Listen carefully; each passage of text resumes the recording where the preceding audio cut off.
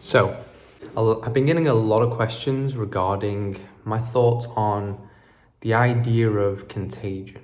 And what do we mean by contagion? Well, when a person gets sick, quote unquote sick, and a bunch of other people surround themselves with that quote unquote sick person, and then these people end up getting symptoms very similar to that of the sick person. And what is that? Traditionally through the kind of allopathic paradigm, and, which ultimately is founded upon a theory called the germ theory, which in essence is a theory that doesn't really hold much scientific value or substance, has been challenged by many prominent scientists, and rightfully so. And that is kind of what the whole allopathic paradigm is based on. And of course, when you understand the connections between the educational system and big pharma, I believe 60% of medical schools or something like this is funded by big pharma corporations. And so of course, if we are to be so in denial that that will affect what students are taught in school, it clearly and obviously does. And they control the narrative, and that's the germ theory narrative. And this proposes that germs are the cause of disease. Those things that are floating around in the air can come inside of us and make us sick. My view on contagion is completely different. Through my own research, it's very easy to see that germ theory and contagion. Let's talk specifically contagion, the idea of getting sick by being around somebody through, air droplets or through things on the surface of counter tables and things like that. And if you are in contact with that, you're going to become sick. Now, that notion and that idea has actually never been scientifically demonstrated repeatedly, and thus we can deduce that it's never actually been proven in a consistent manner. There are so many quotes of prominent scientists, so many books and literature to read through to really wrap your head around this. Okay, so if it's not in the air and it's not going inside of us and causing us sickness and illness, then what is it? And I don't want to go into what a whole kind of cold or a flu actually is. I've done a lot of videos on that, and there's lots of people that have talked about this, but I don't want to kind of just be repeating myself. So what are the factors that actually go into making a person sick? Because ultimately that's it. A lot of people are getting sick at the same time, or at least that's how it appears. And what are those factors? What are those things that are causing that? And there's so many things to consider. It's not a linear perspective. And that's what the germ theory and the kind of allopathic paradigm want you to believe. It's like, oh, germs cause this, disease can spread. When in fact, it's not like that. There are so many variables that we must consider that affect the way we are and, our health as a whole. And ultimately, when we're going through a fever, a cold, a flu, sore throats, headaches, losing our sense of taste and smell, all of that stuff is the body's, in very short terms, is the body's own detoxification process. It's the body's way of actually expelling toxic material. The number one cause of disease is toxemia, and the only cause of disease is toxemia, and that is the influx of toxicity within the body. And if the body cannot deal with that, it will have to deal with it at a certain point. And a lot of people have been talking about thresholds. When the body, reaches a certain amount or a certain threshold of toxicity, it will initiate a detox experience, and that's what we call seasonal flus and seasonal detoxes, right? That's why at the very kind of like almost at the same time of the year, a lot of people go through the same symptoms and the same experience, because they've reached that threshold throughout the year. So, okay, what is contagion? Let's get into it. There's a few things to consider. One is what we've just talked about, is the seasonal detoxification. Is that when the body reaches a level of toxicity that it can no longer handle, it's been overburdened, it will purge itself of the toxicity. It will force itself into a healing crisis. What does that mean? It will force itself to expel this toxicity. That means things are going to be moving. The lymphatic system is going to be, initiated or promulgated to move and expel toxic waste. We get symptoms when this occurs. If we're treating the body like a piece of rubbish and then it now needs to get rid of that rubbish, you better believe you're going to feel some things, colds, mucus. That's ultimately what it is.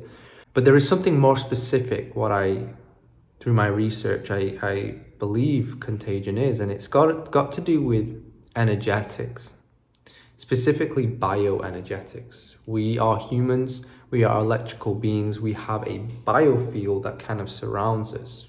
Whether you want to call that your aura or whatever, some say it extends 6 feet, in length. And this bioenergetic field is a field of information. Now, it is directly correlated to your mental state and your physical state. If your physical state is in an imbalance, it will be represented by your bioenergetic field.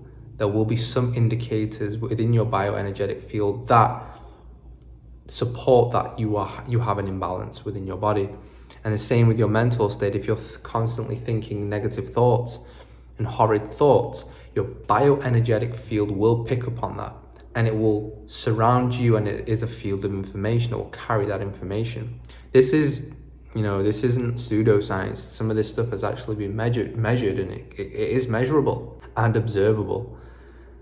And so what I believe Contagion is when one goes through a detox experience, it is communicating with its bioenergetic field. So your body is communicating with itself. I've just been initiated into detoxification because maybe there is some toxicity in the environment that my body now needs to expel. And so I go through the common cold or the flu or a cough or whatever, and my body is signaling to itself, hey, there is toxicity in the environment. We really should get rid of this. And so this information, this bioenergetic field that carries this information will come into contact with that of another person. And there is an exchange of information within those bioenergetic fields. And so person number 2 comes into my bioenergetic field, into that same space, and I am signaling to them energetically, hey, there's a toxin in the environment. There is something that's causing us to have to deal with, our body has to deal with this toxicity. You should prepare. You should you should initiate your own detoxification just so that you can expel yourself of the toxicity in this environment. And it's that information exchange that I truly believe is the fundamental of Contagion, and that's why it cannot be in the scientific literature, in the mainstream scientific literature, because it opens a new door, a new way of viewing health, wellness, contagion, and how our bodies are always interacting on a more kind of metaphysical level. And of course, they don't want that. They don't want us asking these questions. That's a norm. The allopathic paradigm has been, it's founded on it hijacked the current system of naturopathy and homeopathy and alternative practices now that we call them. They hijack that system anyway. So of course they don't want us to even have these conversations. So I believe it's a bioenergetic phenomena. And a lot of people have been speaking about this, and it's truly interesting because when we also talk about the people who are juiced, double juiced, triple juiced, you name it, that affects their bioenergetic field. And we have all this talk about spike proteins and things like that. However, the spike protein is a interesting thing to discuss, because at the same time we're coming away from one paradigm, and that's the germ theory paradigm. The spike protein then again goes and supports that, and we have to approach that with some discernment and with some clarity. And I don't think the spike protein is a spike protein that can be transmitted. I believe it's more of a information exchange of, you know, your biofields. And so when you're in contact with those that are double, triple, whatever juiced, you are interacting with that person's bioenergetic field, and it can engulf yours. You know, there is a phenomena where one aura can actually engulf that of another person's aura if it's more dominant, if it's more stronger, powerful. And so if you're surrounded by those that are double juiced, maybe there's multiple of them, and your aura, you know, your aura and your biofield is surrounded by that. It is engulfed by that field, and it certainly will be damaged, and there will be an information exchange, and that will then be correlated to your physical body. And that's why I went through a pretty intense healing crisis when I was surrounded by 20 plus, you know, double juiced people, because my body was signaling to itself like, wow, there is something in this environment. Now it's time for you to go through your own little detox or healing crisis to mitigate that. And so that's what the information exchange is. And that's just my thoughts on Contagion, and that's kind of the area of research that I'm looking at it now. Now, of course, there are so many other factors. This video will be so long if we were to go through it.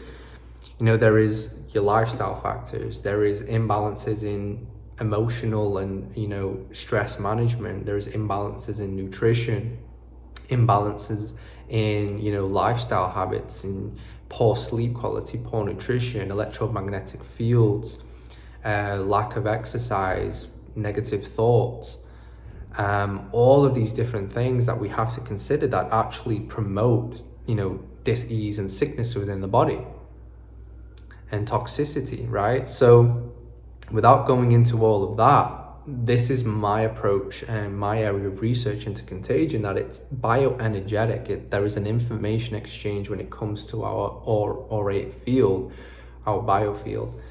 And that's why it's really difficult to demonstrate it through scientific studies, because if Contagion, and, you know, the idea in which they propose Contagion to be that through air droplets we can get sick, they should be able to demonstrate consistently that if a person comes into contact with that of a sick person, then this person should be sick. But they were never able to do that. You know, it should be repeatable, but it isn't. And that is because some people's biofields are stronger and more dominant than others. Some people have an eliminatory, their eliminatory pathways are working more clearer and better and functioning a lot stronger than others. And so they've already, you know, their body's already detoxing throughout the year without them even going through a healing crisis. But some of us are so stagnant and backed up that our eliminatory system isn't functioning that well.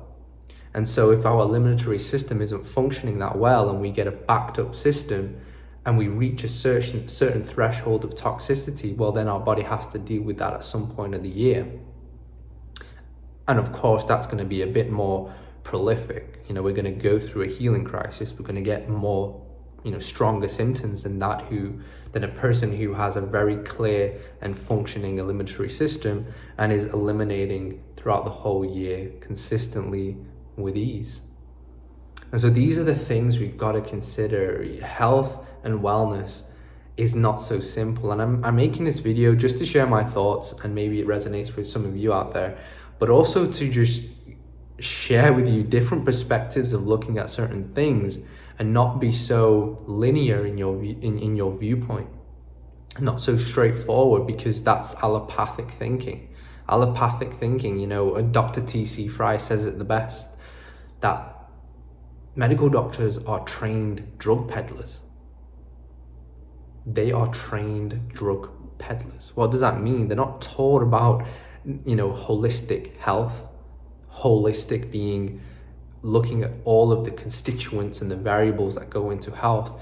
They're not trained or taught that. They're trained to see what chemical, what drug is for what specific diagnosis. And that's how they're trained. And so if anything is coming from that paradigm, you've got to step back, you've got to discern, and you've got to move forward from that. And this video, I hope, has been helpful. And I'm looking forward to doing more videos like this. Again, this is probably going to be on my YouTube. So if you're from YouTube, check out my Instagram, posting a lot of content on there. Uncensored content on my Telegram too. All the links will be in the bio. Please head over there. Instagram axed us, sorry, at 350,000. And it seems like a lot of people are finding it difficult seeing that I have a new account. So if you're on Instagram and this video is on Instagram, please share it around. Please let people know that my account was actually taken and I have a new one, and go over there and support that, because I'm finding it difficult to make that clear and apparent for people. Appreciate everybody who has watched so far. Much love. Have a wonderful day. Peace.